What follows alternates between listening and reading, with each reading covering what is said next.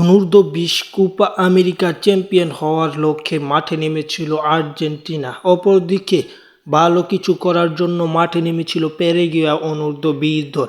আর্জেন্টিনার সামনে সমীকরণ ছিল জিততে পারলে চ্যাম্পিয়ন, যদি গোল পার্থক্যে ব্রাজিল থেকে এগিয়ে যেতে পারে তবে তারা ব্রাজিলকে টপকে চ্যাম্পিয়ন হবে। কিন্তু এমন ম্যাচের 30 মিনিটে কামেটের গোলে পিছিয়ে পড়ে আর্জেন্টিনা, যেখানে প্যারাগুয়ে 1 গোলে লিড নেয় এবং 47 মিনিটে 2 গোলে লিড নেয় প্যারাগুয়ে।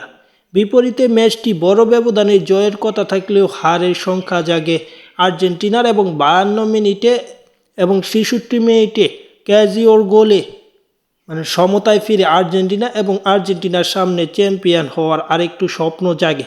কিন্তু লেওনের 82 মিনিটের গোলে প্যারাগুয়ে 3-2 গোলের মাধ্যমে এগিয়ে যায় এবং 3-2 গোলের লিড নিয়ে ম্যাচটি তারা শেষ করে। বিপরীতে আর্জেন্টিনা 3-2 গোলের ব্যবধানে হেরে যায় এবং এই হারের মাধ্যমে আর্জেন্টিনার কপাল পুড়ে যায়, শিরোপা থেকে তারা বঞ্চিত হয় এবং তাদের বঞ্চিত হওয়ার মাধ্যমে তাদের ব্রাজিলের ম্যাচে নজর ছিল, কিন্তু ব্রাজিল দাপটে এক জয় নিয়ে ব্রাজিল টুর্নামেন্টের চ্যাম্পিয়ন হয়।